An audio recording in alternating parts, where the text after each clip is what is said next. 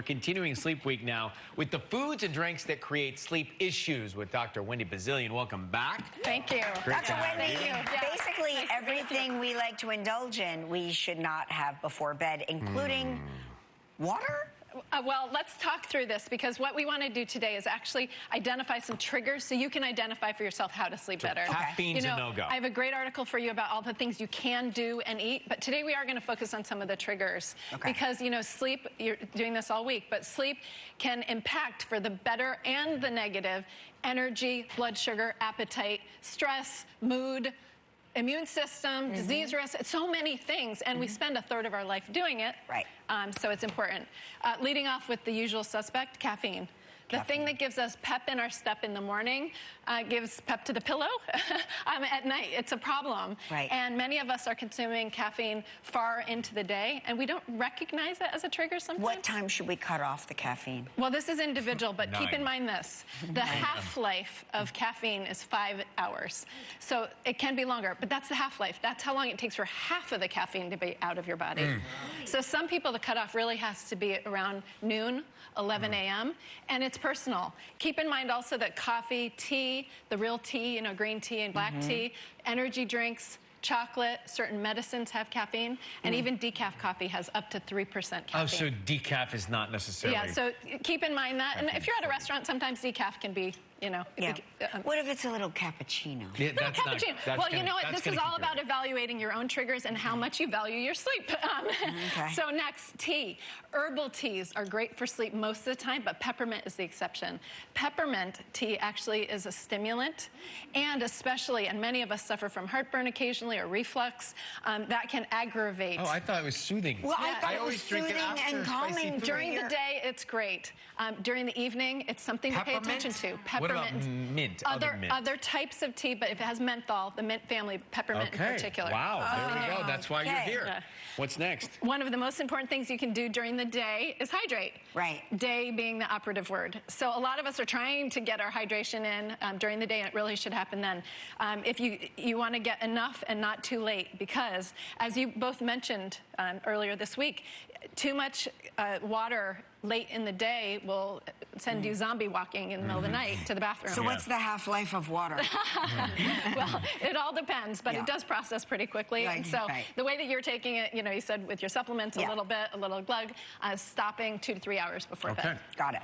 Oh, well, cheese and wine party. Well, doesn't this look relaxing? It's wonderful.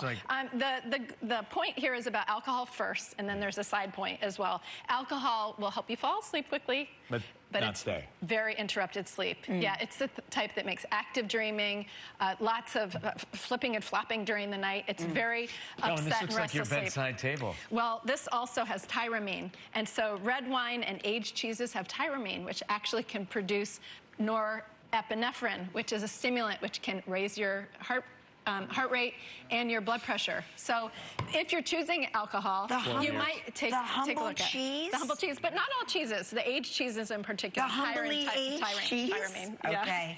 Spices for all the great things, and I talk all the time about all the great things that have to do with spices. Be aware that some of the warming spices, garlic and turmeric and nutmeg, can stimulate for some people, especially if it's paired with rich foods and if it's too late at night. So just be aware of these three in particular. If again you have a little heartburn, or if you're sensitive, take a look at this for your sleep. And then spicy, which is the red pepper and capsaicin. This is the compound that gives the awake and livelihood. It literally revs your metabolism and wakes you up. It heats up your body, and research has shown that you sleep better if your body is a little cooler.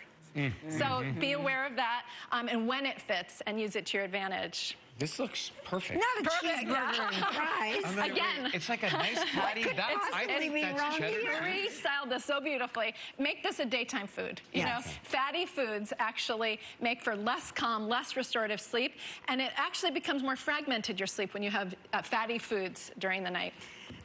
Moist brownies. Moist brownies. What could be wrong with those? Chocolate has the caffeine. The refined sugars and the flour can keep you awake at night. And here's the thing. Theobromine, let's call her Theo, or him Theo, is something that is actually sort of like a mischievous compound in brownies that, and in chocolate in general. Theobromine will act like a stimulant a little bit later than caffeine. And so a few hours later, it kicks in. So you're suggesting a morning brownie. A morning brownie, yes. a midday brownie, an afternoon brownie. With coffee, early. Yes. Okay, next.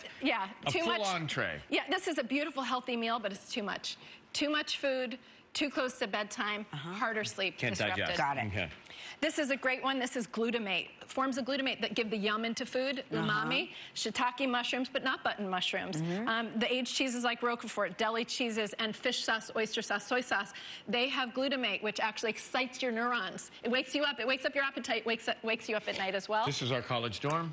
Ultra-processed foods. What? Those are those right, hot Cheetos. ultra-processed foods. These are the foods that are low in the nutrients. They're high in sugar, high in salt, high in fat, but they lack the nutrients that help you sleep, like melatonin, magnesium, calcium, and so forth. Why are they this color? They're the super fiery hot ones. Oh. There's a movie coming out, too. Okay. All right. Okay. One more thing.